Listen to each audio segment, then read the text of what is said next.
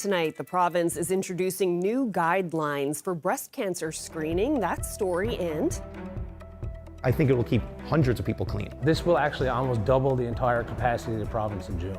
a summer camp turned treatment center for addictions. We'll hear from two men about their big plans and get a first look. They were educators and administrators who built into this plan using information that came from feedback and from engagement surveys that came from all across our schools. That's not to say that we had it 100% right. The education minister says more time is needed to make sure changes to the junior high school curriculum are made properly. With the Diamond bankruptcy, basically means we're not being paid right now. Just after our best year in the company's history, we sold over 5,000 books. One St. John's publisher is concerned for his business now that the world's largest English comic book distributor has declared bankruptcy. This is CBC Here and Now.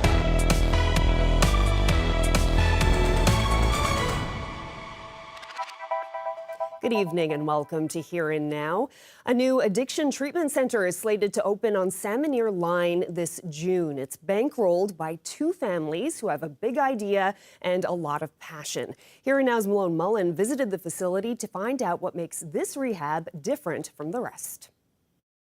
To some investors, an old kids' summer camp in the woods might have been seen as a lucrative vacation rental. But for these two men, it's a different kind of opportunity, one they hope will save lives. I'm coming up on 7 years clean and sober in June. So it's something that's very near and dear to my heart. And it's something that, when this property became an option to purchase a few years ago, I immediately said, I think that this is what we should do here. Ryan Kirby and Mark Lane have invested over $1 million of their own money in the hopes that they can open a new treatment center for people struggling with addiction. It'll only be the third such facility in the province, shoring up, the owners hope, a system with a long wait list. The duo has been renovating for months. The final product, Vida Nova, supposed to open in June. It's a facility that can hold over 50 clients and a full cohort of staff, including doctors, nurses, and therapists. Residents would stay in the main building for 4 weeks, then graduate to these cabins where they'd be able to go to work during the day but still join in on programming. We have these beautiful trails, we have this incredible property, and you have to utilize it. So I foresee a lot of our programming being done outside, whether it's down by our pond, whether it's in the trails. We do morning exercise every morning. So we're up, we're walking, we're watching the sunrise, we're doing different breathing techniques, just very basic things. Kirby is drawing on personal experience. He tried rehab centers several times, but nothing stuck until he found a group of outdoor runners. If we can show other people the same way, I think, and as my friends, I think it will keep hundreds of people clean. Just that part of it, finding a new lease on life. These walls might now be up, but there's still a little while to go before the doors open to clients. One thing is clear, though, the owners here have a vision, and they're hoping the provincial government jumps on board. The province says it's aware of Vida Nova and in early talks with Kirby and Lane, who are hoping for the highest accreditation once they're open. That way, doctors can refer clients to the center through MCP instead of sending people to other parts of the country for treatment. The overwhelming support from across the province and the heartfelt messages that we received, we have social license to do it. This is not a typical private enterprise. This is a community-driven event for people who really need help in every community and every family. And we're really hoping that we can get referrals from the government and help it. This will actually almost double the entire capacity of the province in June. It's a big dream and would be a brand new model for the province, one that Kirby says could have helped him when he needed it most. I know there's not many people that are lucky and fortunate like I am to have the supports that I had. And so we are that support now. When you call us and say you need help or I need help, from that moment on, you're in our wing. We're looking after you. And then when you finish this program, we're still not finished with you. I don't know of any facility across Canada that will do it the way we're going to do it. Malone Mullen, CBC News, Holyrood. Well, now to some health news. Women aged 40 to 49 are now eligible for breast cancer screening in this province. Prior to this change, women had to be over 50 to get a test, and that means 34,000 people can now access screening without needing a referral. The province first made the announcement back in May, but it took the past 10 months for the health authority to increase its capacity to handle that additional demand. No doctor's note is needed. Women can self-refer by calling the breast cancer screening clinic in their area. Government says in the spring, women will also be able to make appointments on the My Health NL app. 34,000 Newfoundlanders and Labradorians have access to screening now that they didn't have yesterday. And even if you detect maybe 1% of that, I mean, that's hundreds of women now who will be able to get this screening and who may detect cancer earlier. And we talk a lot as a government about being a healthy and a well-being province. And part of that, of course, is being healthy ourselves, but also being able to detect diseases and chronic diseases and things like cancers at an earlier stage to make sure that they get the best treatment as early as possible. Now, NL Health Services says recruitment efforts are still underway to increase staffing levels, and 2 new mammography machines costing a total of $1 million have yet to be installed in St. John's and Grand Falls, Windsor. But there is concern from the union representing lab technicians. NAPE President Jerry Earle says a significant influx of screening requests will put more stress on staff.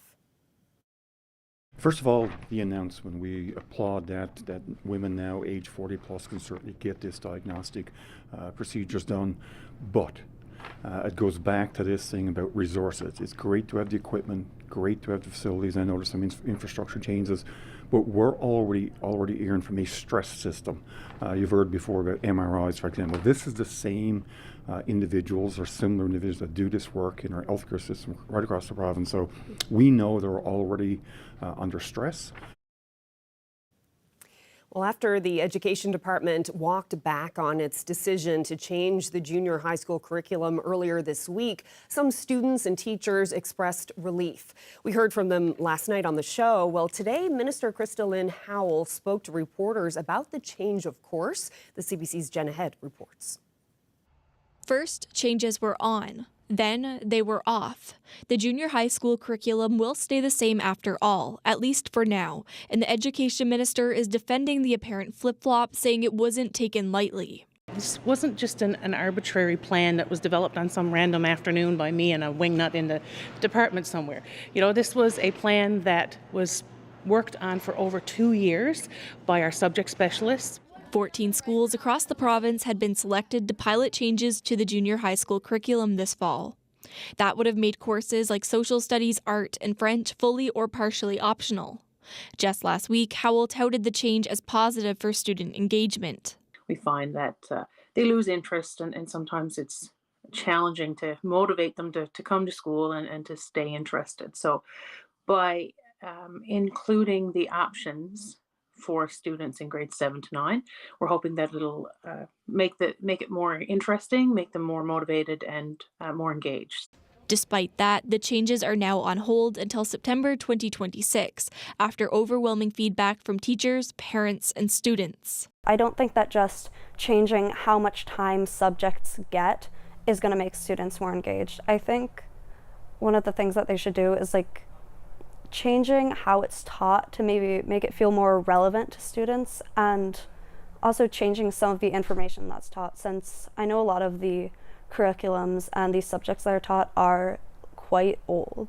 And Howell says feedback like that continues to be crucial to inform future decisions on the curriculum. It's for them, it's for our future, and we want to make sure that they have the opportunity to share their perspectives.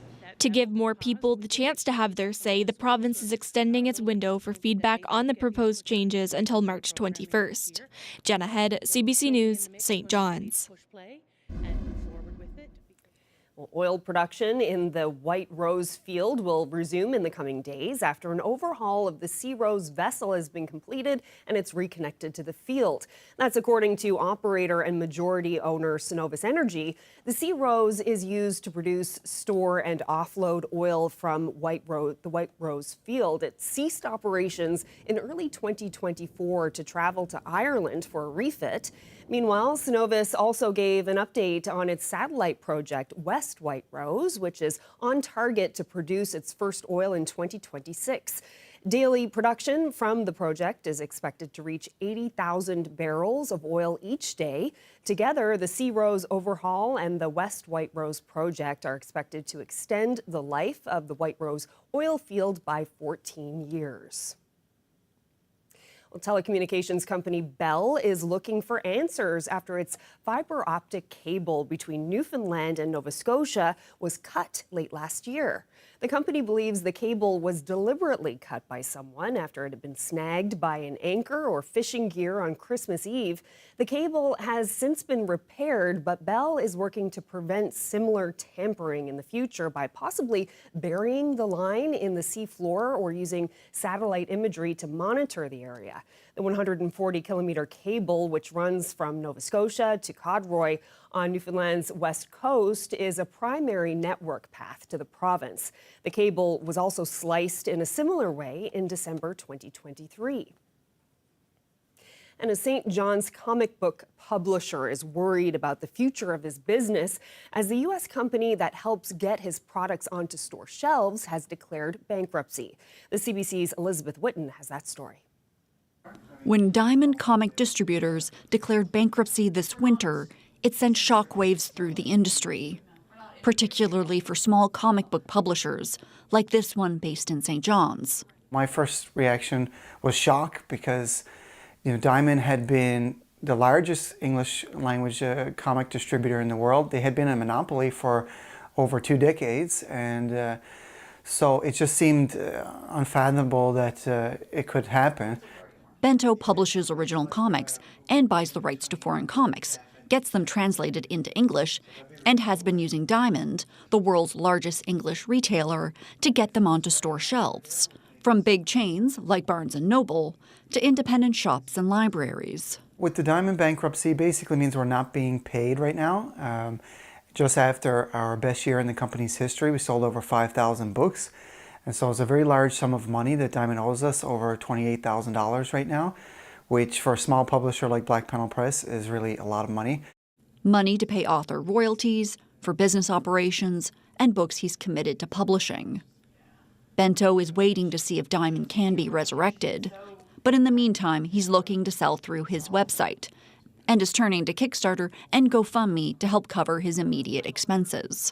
Hopefully, if all this business works out with Diamond over the next few months, then we might be able to continue with them under new ownership. If not, I am talking with other new distributors that are interested in Black Panel Press. The bankruptcy is also bad news for comic lovers looking for more niche titles, like the ones found here at Time Masters. They're losing out on a vast variety of things, like finding that great comic that they might love or that artist they may not be, exposed to. Stevens agrees it's going to hurt small publishers the most. Black Panel does a really good job because they bring in, Euro comics that there's just, there isn't anything like that here, right? That sort of original graphic novel style, all in one book. It really puts the future of Black Panel Press in question. But don't count Bento out just yet. He's already talking to other distributors and working on releasing new titles in the coming months. Elizabeth Whitten, CBC News, St. John's. The Royal St. John's Regatta Committee today announced the introduction of a new race category in an effort to become more inclusive. Starting this year, the regatta will see the addition of a new open crew category, which will see oar persons determined by age only and not by sex or gender identity. That decision was made in collaboration with St. John's Pride. According to the Regatta Committee, this is a historic first, as there is now a registration option for anyone identifying as non-binary. The open crew teams will compete in the short course and will be open to rowers who are registered in another category. This year's regatta will take place on July 30th to accommodate the Canada Games in August. Well, summer feels very far away, especially with the fact that we've got some snow on the way for parts of eastern Newfoundland as we head through the next 24 hours. We can already see some of that cloud cover moving in and that area of low pressure getting itself together just to the south, actually going to intensify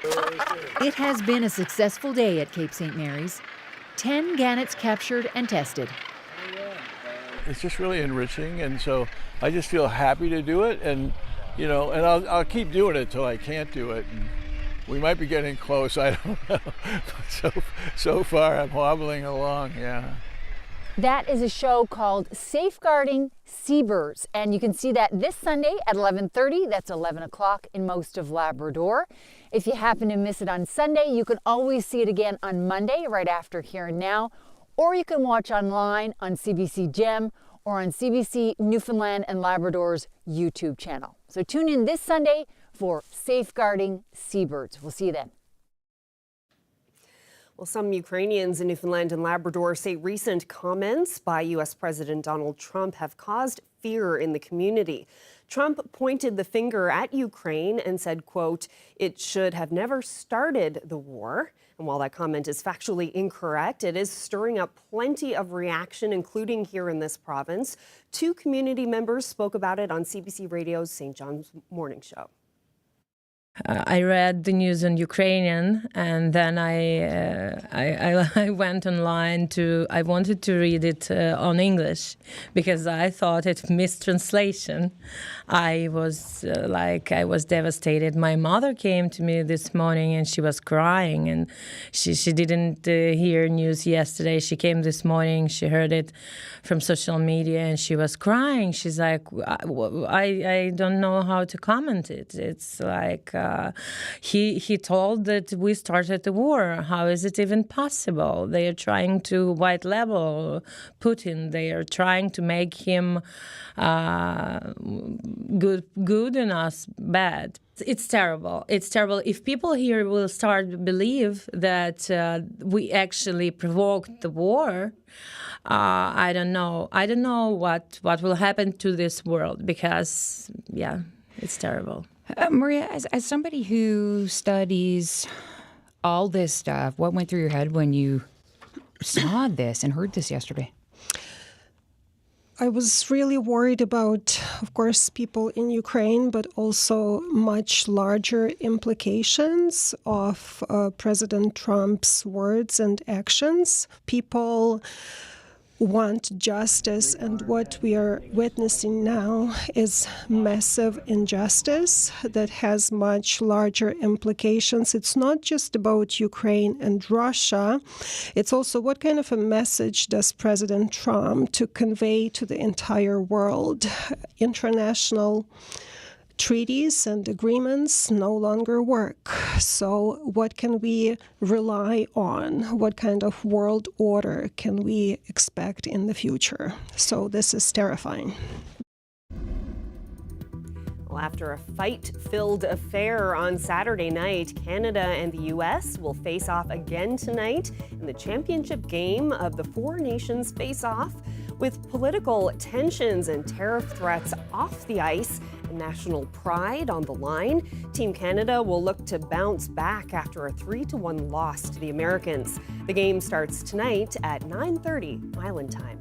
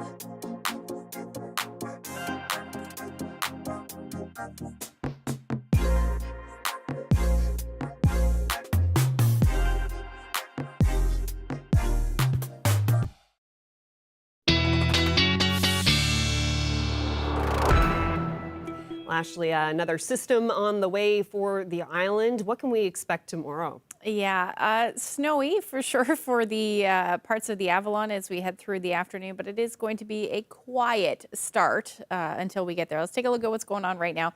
Chilly, a little chilly, I should say, about -1 right now in St. John's. A little bit of a wind chill out there as well, feels more like -8. And we've got similar temperatures pretty much across the board. Temperature down to -1 in Port aux Basques, even St. Anthony sitting at -6, but your wind chill feeling more like -12, and then Labrador as well. You're looking at minus double digits in the west and the north, but otherwise minus single digits at the moment. Temperatures are going to drop though as we head through tonight. It is going to be fairly quiet. We are seeing some cloud cover out ahead of this system that is associated with the system, just the outer bands of that.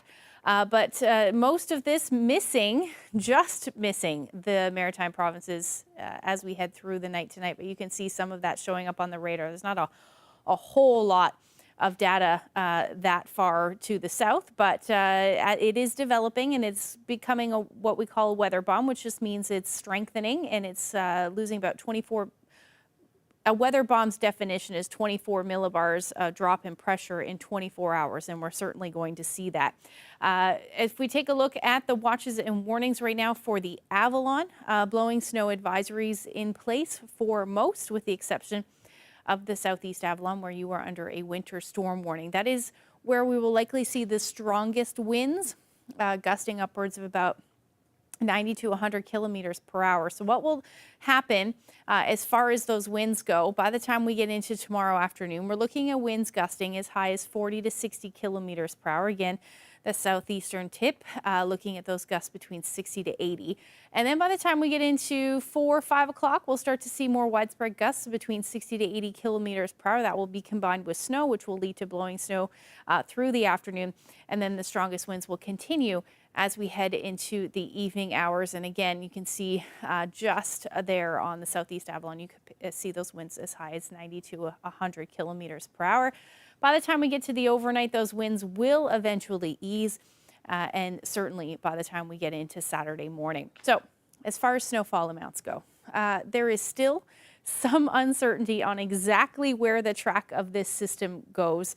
And that does determine who sees what. So for now, my best thinking is that we've got the potential to see about 10 to 15 centimeters of snow for the eastern Avalon, with the exception of the southeast. You'll likely pick up between 15 to 20.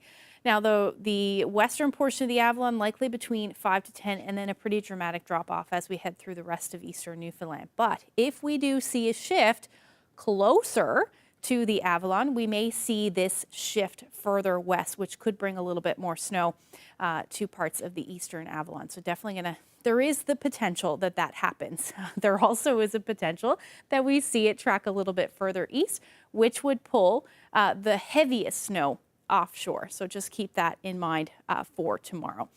For now, I'm going to show you what's going to happen as we head through the overnight. Not a whole lot. Generally just looking at some cloud cover, but we do watch that system move in as we head into tomorrow morning. The snow should start. At this point, it looks like it'll start around 9 or 10 o'clock along southern areas of the island, and then that will spread north fairly quickly through the day. We will see those winds start as northeasterlies as this area of low pressure shifts, but into the afternoon, this is when we'll likely see some of the heavier snow. That will be combined with those gusts between 60 to 80 kilometers per hour, so expect blowing snow through the afternoon.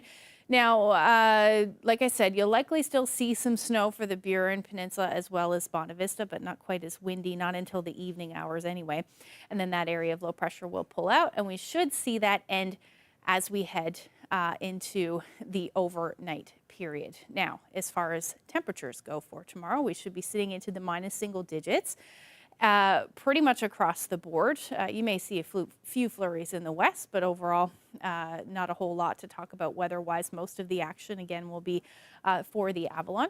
And then for Labrador, you're looking at your temperatures in the minus single digits, minus double digits for the north and the west, but a fairly quiet day for you, just a few flurries possible for the coast.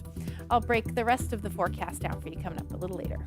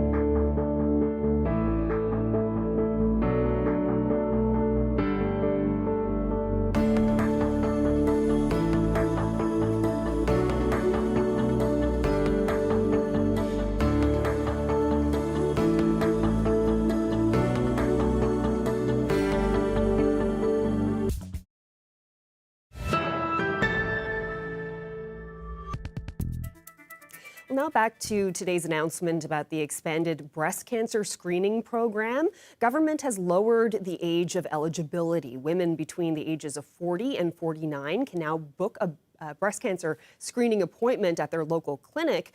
The provincial manager of breast cancer screening talked about how the program will work and the difference this could make to early detection.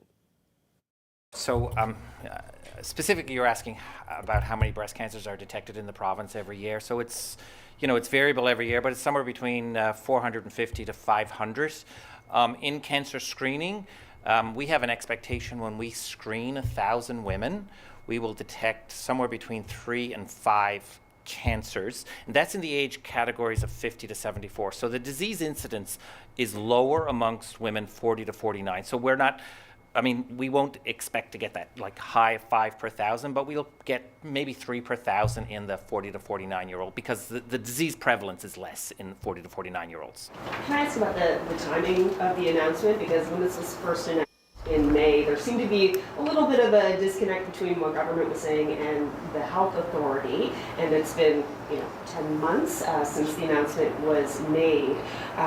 So why was the announcement made before the implementation was able to be done, and was there consultation between government and the health authority? I'll speak to that. Sure. Everybody wants to give you an answer. So there's been a trend across the country in the past couple of years. So if you went, say back 2 years ago, about 70% of the population of Canada had access to breast screening was 50 to 74, and about 30% were making breast cancer screening available to women in their 40s. There was a trend in the past couple of years. So Ontario started that change in about, I think, November of 2023. They outlined that they were going to move to making breast screening available to women in their 40s, and they outlined a 12-month phase to get there. So we got it done in about nine months, I guess. So it's normal. Policy changes are made, and then things have to change in the system. But it's completely normal. Manitoba has also in the fall, or they made a change, and they will implement in the early spring. So it's just a normal timeline. Yep. And I would add just that we were advocating. So to Mr. Doyle's point, we're watching the trends, and this is something that on behalf of the program that we were advocating. So the consultation with government had been there. And to your point with around process, just ensuring then that the implementation or rollout was successful. So there have been staff that I guess have been added to help accommodate more capacity for the 34,000 new people who are going to be coming in to get screened. Can you talk about how many more staff have been added, if there's still recruitment happening? There's still recruitment is ongoing, and there's a broad implementation plan, and we're just at the first phase of it now. And the mammography machines have yet to be installed. So they have been ordered. There's one facility in the world that makes these. It's just outside Paris. The timeline for that is about 5 or 6 months, and we understand there's a big order ahead of ours for about 100 machines for somewhere in the US, but I mean that's just normal. There's one factory in the world. When will this be implemented to the point where someone can go on the website and self-refer, and what kind of wait times will that person expect? So first off, the idea of wait times in cancer screening, it's a concept that doesn't actually make any sense, because what we do in screening, we're talking about people who have no symptoms. So our primary job is to correctly confirm the absence of disease. To people, they make their appointment, and then it could be up to a couple of months. So just so I can explain it, if I want breast cancer screening, I'm a 45-year-old woman, how do I do that? Right now, you call the breast screening the way we accept self-referral is through there's a telephone transaction. Also going to put in a process within the My Health NL app where people can actually requisition or self-refer to the cancer screening programs through the app, and that's the timeline for that is sometime in the spring of 2025. And any information can be accessed on our website, and the toll-free numbers, and then the site location numbers are also located on our website. Now, we also heard from the union representing lab technicians. NAPE President Jerry Earle is concerned the breast cancer screening program will be short-staffed, and that could mean longer wait times or a longer wait for someone wanting to get screened. Here's more of what he had to say. From what we're hearing from the frontline workers, we do not have the human resource at present. We have been trying to work with Newfoundland Health Authority and with government to come up with retention and recruitment initiatives. In many cases, it's been working. Lab and X-ray Barding is one where a lot of work needs to be done. Like I said, these are professionals that are not easy to attain. We're competing right across the country, basically. And I've always said with an homegrown solution here, we got to start planning these things well in advance, not months in advance when you put in a piece of equipment, because these are not people that can be trained in a few months. So we certainly have an issue. Like I said, we have a stress system. The members of our lab and X-ray bar unit across the country do incredible diagnostic work. Anything that a doctor needs or another healthcare professional needs to treat you or diagnose it, these people are on the front lines doing that. And in this case, like I said, we have no problem with the announcement. It's an incredible announcement for women in Newfoundland and Labrador, long overdue. But we need the human resource. Expand equipment means you need more people. And that's the piece that they have to come and talk to us about, because our members are already stressed in the system and cannot take on exorbitant amounts of work, much needed work, but again, going to cause problems. Yeah, so great announcement, but is the implementation of this premature? Looking at what we know about resources from Frontline, it is going to be rather difficult actually to implement this on the proposed date. Even adding additional equipment will require additional human resources. This is not equipment that operates itself. We need humans to operate that in. And in this bar unit lab and X-ray, they are already understaffed, under significant duress trying to meet the demands in the province now. So adding this is going to add to that burden for these workers. So what could happen here if they don't increase capacity in terms of staffing before potentially 34,000 people enter the system looking for a breast cancer screening? What could happen, do you think? What you can see is people, I think, get frustrated because they're going to hear this good news that they can go for this procedure now, mammography. Then they're going to find out they're going to have prolonged waits, because when they log on now, which they can't do, because I understand they're going to bring this under now MyGovNL, where you'll be able to go on, like same you would for blood work or anything else. You're going to find now that you're not going to be able to get that appointment as quickly as you thought. So people are going to be frustrated saying, I can have this procedure now at age 40, but I may have to wait months to get this procedure. So again, that's going to be frustrating and disappointing to the women that anticipated this would be readily available to them.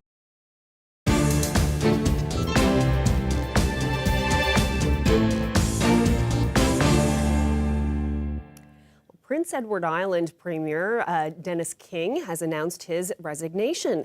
King has been Premier on PEI for 6 years and is stepping down effective tomorrow afternoon. He says his time as head of the province took a toll on him and that there are big challenges ahead. I have felt for a while that, and I knew that I had more runway behind me than I did perhaps in front of me.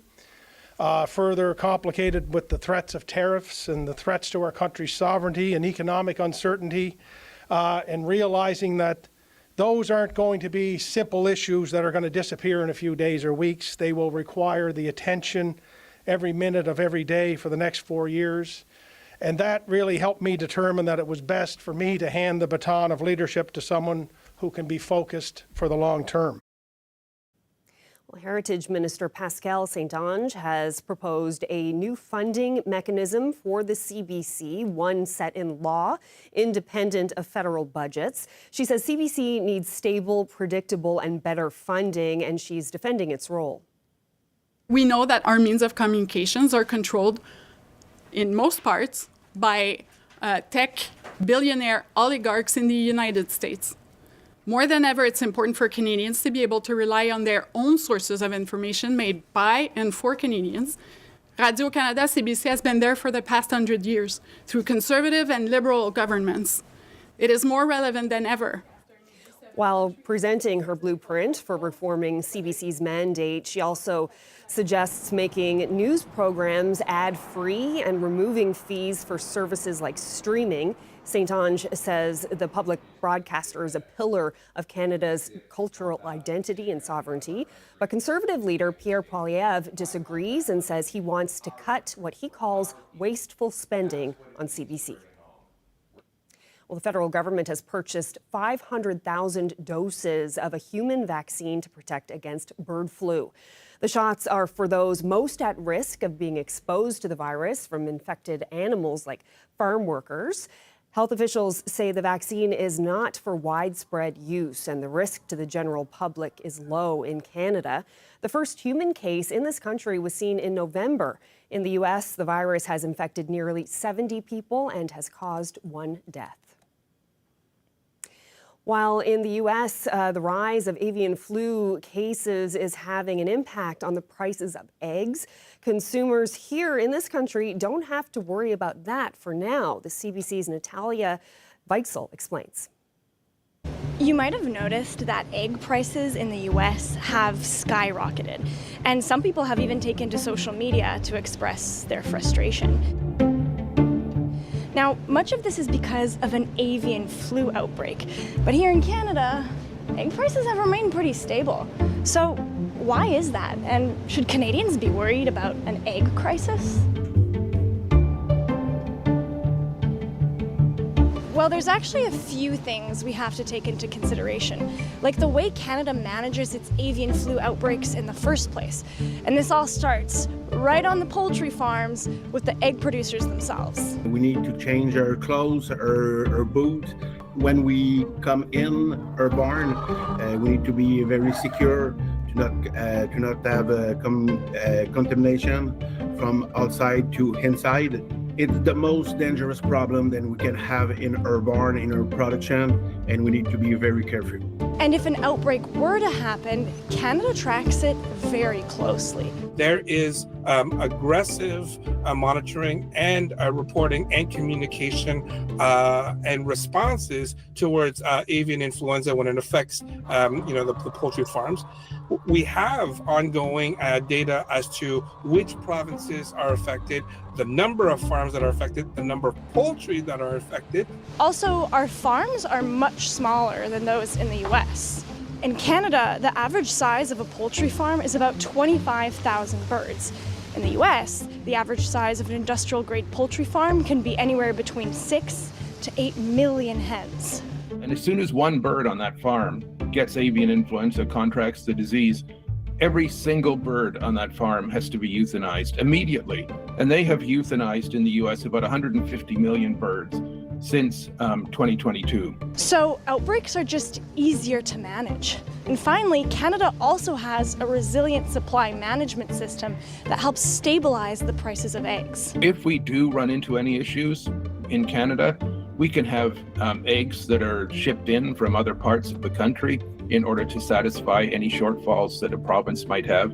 So does this mean that Canadian egg prices are immune to any fluctuations?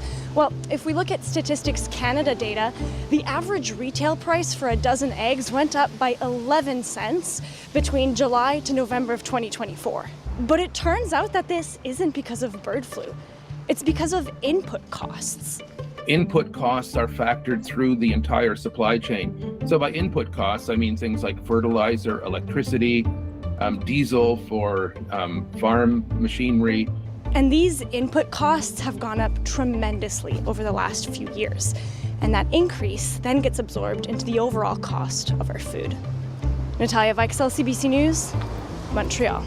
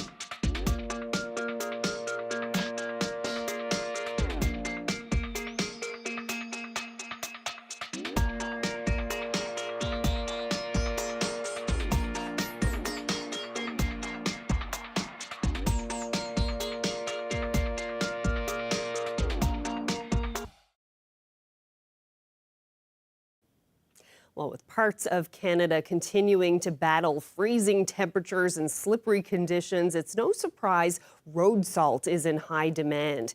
If you're having a hard time getting your hands on a bag, there are some useful alternatives. And as we'll hear from CBC meteorologist Ryan Snodden, they may already be in your pantry. Old man winter.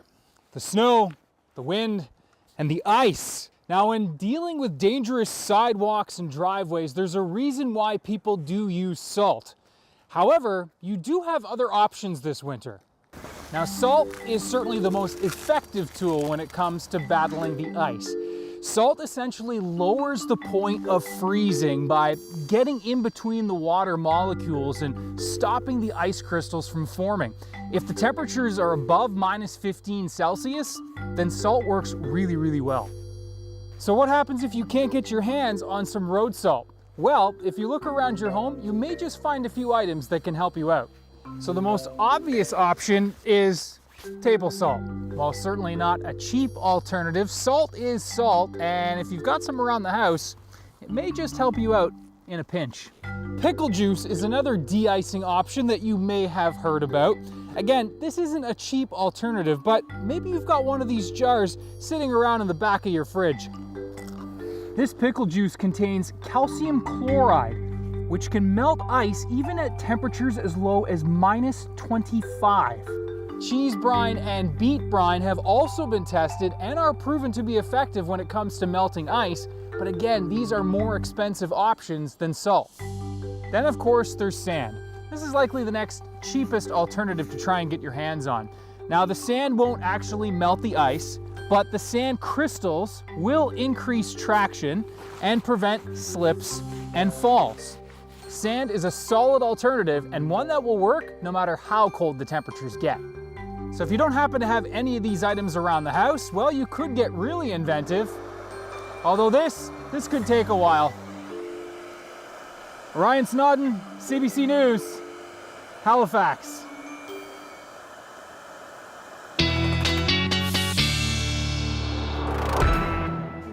Yep, that would definitely take a while. A long time. But it is really slippery underfoot out there right now. There's a lot of ice around. Yeah, it can be for sure. Even yesterday we saw a little bit of melting, and then that top layer of snow is pretty icy as well. But we're going to add more snow to that as we head through tomorrow for parts of the Avalon. Let's take a look at what's going on weather-wise. So just expect snow and blowing snow through a good chunk of the day tomorrow for eastern Newfoundland, particularly the Avalon. But we should see that end as we head through the evening hours and then eventually overnight as well. We may see some flurries along the northeast coast, particularly around Gander. You may pick up a couple of centimeters, not associated with the area of low pressure, but certainly a chance. And then as we head into Saturday morning,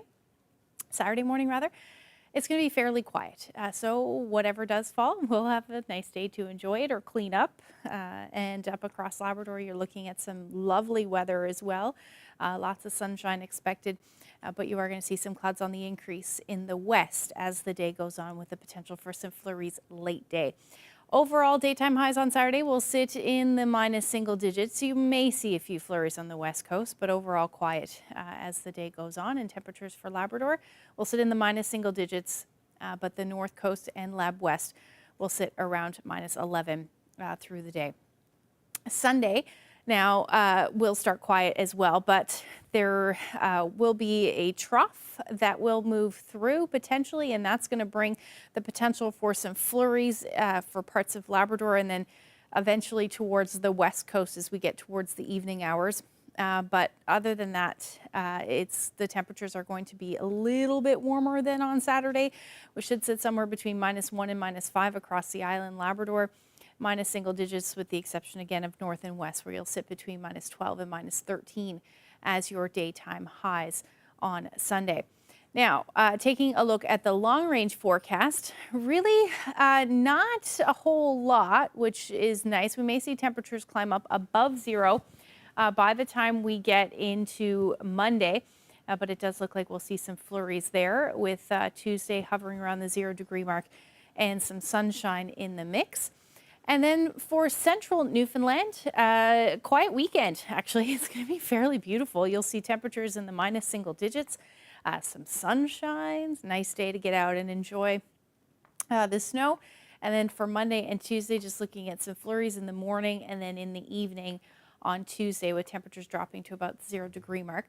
Then for western Newfoundland, just some flurries. You may see a few peaks of sun in the mix by the time we get into Monday and Tuesday, and overall daytime highs between -1 and -3. For Labrador, nice stretch of weather, dropping a little bit in temperature as we get into Monday, and then warming up for western Labrador with temperatures by the time you get to Tuesday at about -5. Our weather photo of the day is the Angry Sea in Broad Cove. Lisa shared this very iconic Newfoundland photo. I thought it was a great shot there. Thank you so much for that. If you have any weather photos, send them to nlphotos@cbc.ca. Yeah, very nice. We've been getting a lot of photos of angry seas lately. Yep. It is beautiful to photograph. So. Wintertime. Yeah. All right. Well, that's it for us. Stay safe out there if we do get some nasty weather. Yeah. Careful driving, of course. But thank you so much for watching. Good night.